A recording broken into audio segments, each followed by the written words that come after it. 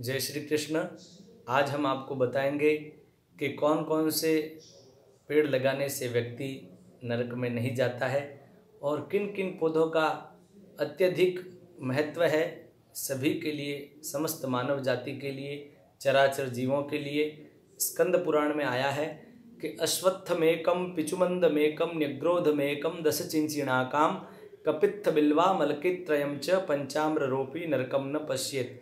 अर्थात एक पीपल का पेड़ लगाने वाला, दूसरा पिचुमंद कहते हैं नीम, एक नीम का पेड़ लगाने वाला, न्यग्रोध कहते हैं बरगद को, एक बरगद का पेड़ लगाने वाला, 10 चिंचिणाकाम यानी 10 इमली के पेड़ लगाने वाला, और उसके अलावा कहा कपित्थ बिल्वा मलकित्रयं च, कैंथ, बिल्व और आंवला, इनके 3 पेड़ लगाने वाला, और कहा पंचाम्र रोपी, 5 आम के पेड़ लगाने वाले को कभी नरक की प्राप्ति नहीं होती। अब इन सभी पौधों का एक सेट कुल मिलाकर के इन सभी का योग हो गया 27। क्यों?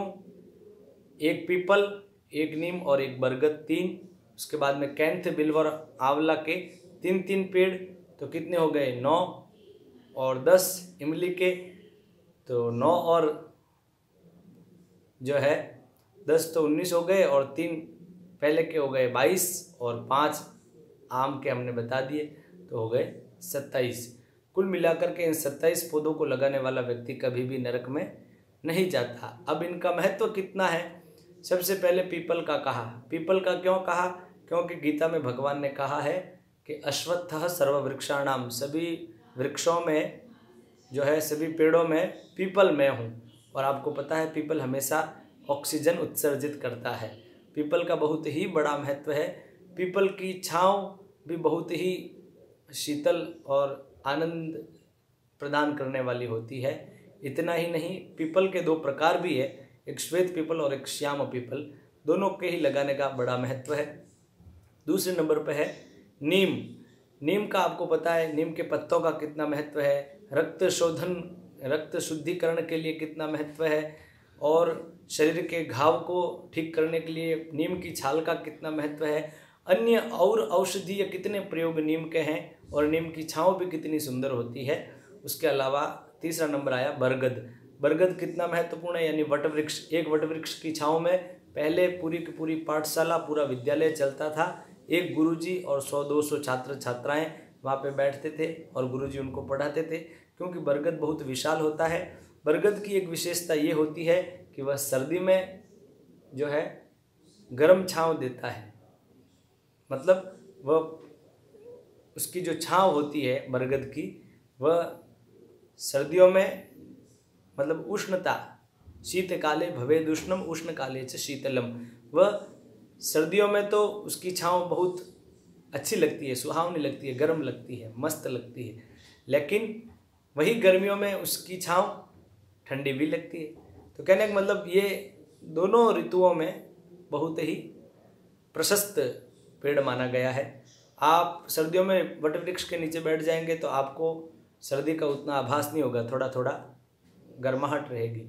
आप गर्मियों में वटवृक्ष के नीचे बैठ जाएंगे तो आपको ठंडक अनुभव होगी।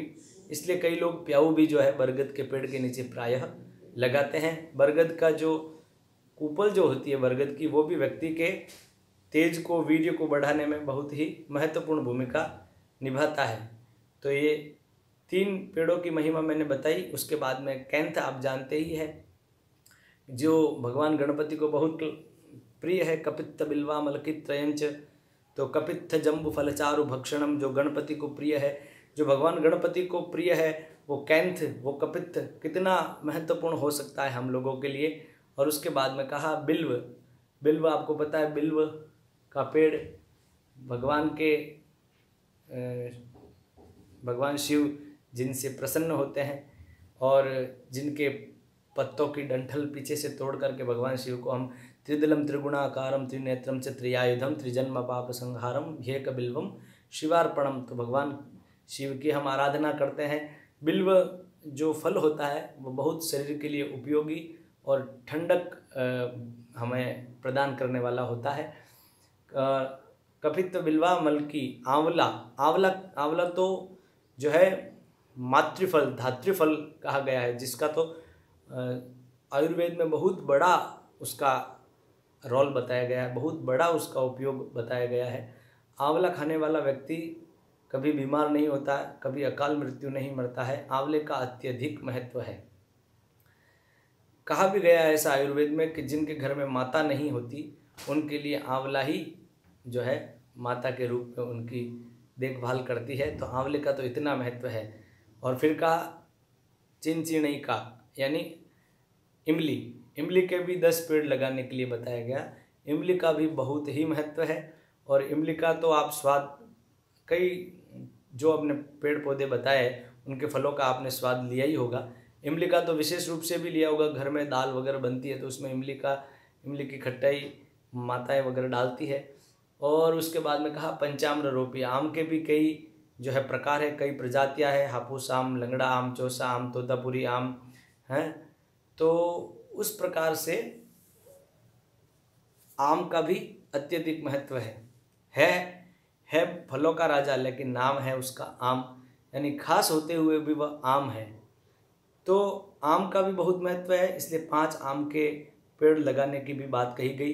कुल मिलाकर के इन 27 पेड़ों को हमें क्रमशः लगा करके बड़ा करना है। पेड़ शब्द इसलिए हम बार बार प्रयोग कर रहे हैं क्योंकि लगाए तो पौधे ही जाते हैं, क्योंकि छोटी अवस्था को पौधा कहेंगे, वही जब बड़ा हो जाए उसको वृक्ष या पेड़ कहेंगे। लेकिन हम पहले से ही पेड़ लगाना या वृक्ष लगाना इसलिए कह रहे हैं ताकि आपको उस पौधे को तब तक नहीं छोड़ना है, तब तक उसकी सेवा करनी है जब तक वो पेड़ न बन जाए। क्योंकि पेड़ लगाने का महत्व है, पौधा लगाने का महत्व नहीं। पौधा लगा करके तो कोई भी छोड़ देगा, पौधा लगा करके उसको पेड़ बना करके छोड़ना।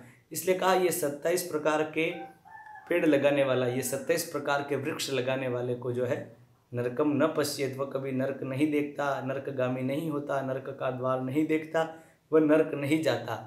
तो इतना पुण्य बताया गया है। तो मुझे आशा है और पूरा विश्वास है कि आप अपने जीवन काल में इन 27 पौधों को, पेड़ों को, वृक्षों को अवश्य लगा करके फलीभूत करेंगे और अपने जीवन को सार्थक सिद्ध करेंगे। एक बार मैं पुनः आपकी सुविधा के लिए बोल दूं, वैसे तो आप समझ गए होंगे, इस वीडियो को भी रिपीट कर करके आप देख सकते हैं। लेकिन एक पीपल, एक नीम, एक बरगद आपकी सुविधा के लिए पुनरावृत्ति कर रहे हैं, इसकी दोहरा रहे हैं। और कैंथ, आंवला और बिल्व, इनके 3-3 पौधे, इमली के 10 पौधे और आम के 5 पौधे लगाने वाले को, पौधे लगा करके उनको पेड़ बनाने तक की जिम्मेदारी वाले को कभी भी नरक का द्वार नहीं देखना पड़ता। आपको ये बता दें कि व्यक्ति को ये चाहिए, मानव जाति को ये चाहिए कि वह अपने जीवन काल में कम से कम 50, 100, 200 पौधे, जिसमें से ये 27 भी हो, इसके अलावा भी वो वृक्ष लगाएं, जैसे गुलमोहर है, जैसे चंपा है, अशोक है, गोल अशोक, लंबे अशोक, फाइकस है, ये सब लगा करके उसको ये आदर्श स्थापित करना चाहिए। पृथ्वी का एक ऋण होता है। कहने का मतलब ये है कि वे पेड़ पौधे अधिक लगाने चाहिए जो निजी हितों से ऊपर उठकर हो। निजी हितों के लिए व्यक्ति अपने घरों में प्लांटेशन बहुत करते हैं, कई प्रकार के गमले तैयार करते हैं, पौधे लगाते हैं, पैसा खर्च करते हैं। मैं कहता हूँ निजी हितों और निजी स्वार्थ के लिए, घर की सजावट के लिए पौधे लगाने की अपेक्षा हमें सर्वजन हिताय सर्वजन सुखाय, अधिक से अधिक फलदार और छायादार वृक्ष लगाने चाहिए और उन्हें बड़ा करना चाहिए। बच्चों की तरह उनकी देखभाल करनी चाहिए। व्यक्ति अपने जीवन में बहुत सारे पेड़ पौधों को काट देता है और अपने स्वार्थ के लिए, अपने हित के लिए काट देता है। अपना मकान बनाने के लिए, अपनी बिल्डिंग बनाने के लिए, अपना ऑफिस बनाने के लिए, जो है अपने फार्म हाउस का मार्ग बनाने के लिए, पता नहीं कई प्रयोजन से व्यक्ति पेड़ सहज ही काट देता है, लेकिन उसके बदले में वह पेड़ लगाना नहीं समझता। कहा वृक्षान छित्वा पशून हत्वा कृत्वा रुधिर कर्दमम यघेवम गम्यते स्वर्गम नरकम केन गम्यते। जो निरपराध मूक प्राणियों की हत्या करता है, जो पशुओं को ऐसे ही अकारण मारता है, जो अकारण पौधों को काटता है, कहा यदि वे लोग स्वर्ग में चले जाएंगे तो फिर नरक में कौन जाएंगे। वृक्षान छित्त्वा पशुन हत्वा कृत्वा रुधिर कर्दमम यघेवम गम्यते स्वर्गम नरकम केन गम्यते। यदि पेड़ पौधों को काटने वाले और मूक प्राणियों का रुधिर बहाने वाले व्यक्ति भी यदि स्वर्ग में चले जाएंगे तो फिर नरक में कौन जाएंगे, अर्थात उनका नरक में जाना तय है। इसलिए हमें ऐसा कोई भी कार्य नहीं करना है जो मानव सभ्यता के विपरीत हो, मानव हित के विपरीत हो, जिससे सभी लोगों को उसका नुकसान भरना पड़े। आप देख लीजिए, कोई भी आपदा, कोई भी संकट आता है उसमें कहीं न कहीं हम लोग जिम्मेदार रहते हैं, क्योंकि प्रकृति के साथ खिलवाड़ करने वाले भी हम लोग ही हैं। यदि प्रकृति की सुरक्षा में हर व्यक्ति कटिबद्ध हो जाए, कमर कस ले, तो मैं समझता हूँ आने वाले समय में ये महामारियाँ हैं, ये जो संकट है, सुनामी, बादल फटना, जो व्यक्ति धर्मात्मा है, जो व्यक्ति धर्म की राह पर चलता है, जो व्यक्ति शास्त्र के बताए गए मार्गों का अनुसरण करता हुआ चलता है, वह व्यक्ति जीवन में कभी धोखा नहीं खाता है। चाहे पेड़ पौधे की बात हो, चाहे व्यवहार की बात हो, चाहे अन्य कोई भी जो है सभ्यता, संस्कृति, विरासत, प्रकृति को बचाने की बात हो, वहाँ पे व्यक्ति को अटल होकर के खड़ा रहना चाहिए। और मैं समझता हूँ आप अपना निजी घर के पेड़ पौधे गमले लगाएं, उसके लिए पूरी मनाही नहीं है, लेकिन उनको लगाने की अपेक्षा मान लो 50 रुपए के आपने पौधे घर के सजावट के लिए, घर की छांव के लिए लगाए, तो आपका कर्तव्य बनता है कि 100 रुपये के या 150 रुपये के पौधे आप सर्वजन हिताय सर्वजन सुखाय लगाए, ताकि उसका सभी लोगों को उसका लाभ मिल सके। इतना कहेंगे आज के लिए। बहुत बहुत धन्यवाद। जय श्री कृष्ण।